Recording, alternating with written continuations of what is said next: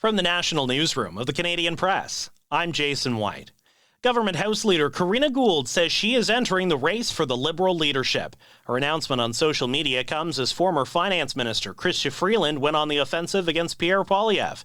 Freeland says the Conservative leader will sell Canada out to Donald Trump. Freeland plans to officially kick off her campaign for the Liberal leadership Sunday in Toronto. Extreme cold warnings are in effect across much of the prairies and parts of Ontario and Quebec. Environment Canada is forecasting the wind chill will plummet below -40 in some parts of the country. That includes northern Alberta and most of Saskatchewan and Manitoba. The weather agency says the cold snap is expected to continue through the weekend and through to Wednesday in parts of northern Ontario and Quebec. The agency is advising people to stay inside if possible and bundle up if not, warning that frostbite can develop on exposed skin in a matter of minutes when it's this cold. Naira Ahmed, The Canadian Press. Prime Minister Justin Trudeau's decision to resign as Liberal leader has left negotiations of the new NAFTA up in the air. Carleton University international trade professor Meredith Lilly says it's unclear who speaks for Canada at the moment, with the CUSMA up for review next year. But former U.S. Trade Representative staffer Greta Peach says it's unlikely that Trump will wait until 2026 to review the trade agreement. With just hours until TikTok is expected to be banned in the United States, creators are unraveling what the app's loss will mean for them.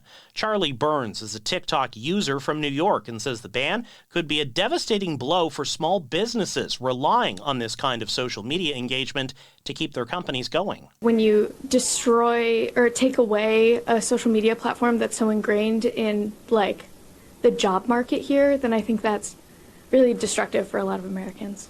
The U.S. Supreme Court's ruling held that the risk to America's national security posed by TikTok's ties to China overcomes concerns about limiting speech by the app or its 170 million American users. An author and researcher says an orca in the waters off Vancouver Island in Washington state is clearly in mourning over the death of another calf. Barbara J. King says the whale's latest tragic swim is a demonstration of her mourning the death of another calf who did not survive. There have been more and more credibly documented reports across species of animals expressing sorrow when they survive the death of a loved one. So I just feel that the original interpretation of Tahlequah's grief swim has been affirmed by everything we've come to know about animal emotions.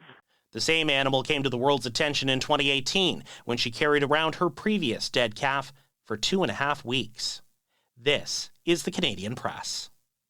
In sports, a busy slate in the NHL with 15 games on tap. The Ottawa Senators are hosting the Boston Bruins. Later, the Toronto Maple Leafs will face the Montreal Canadiens. The Winnipeg Jets host the Calgary Flames, and the Edmonton Oilers will be in Vancouver to face the Canucks. The Toronto Blue Jays are bridesmaids again. They were finalists for Japanese pitching star Roki Sasaki, but he's announced he's choosing to sign with the LA Dodgers. The NFL divisional playoff rounds open with a pair of games. The Kansas City Chiefs are hosting the Houston Texans. Later, the Washington Commanders visit the Detroit Lions. Commanders coach Dan Quinn says it's a great chance to show themselves. All week, I've been talking about a cool and huge opportunity for us. And good week of prep, excellent opponent, well coached, but going into a really cool environment. And if you love competing, this is your kind of game. The Lions are the NFC's top-seeded team and are favored to win tonight by more than a touchdown. From the Canadian Press, I'm Jason White. Thanks for listening. Don't forget to follow and subscribe. For more of today's top stories, visit thecanadianpressnews.ca.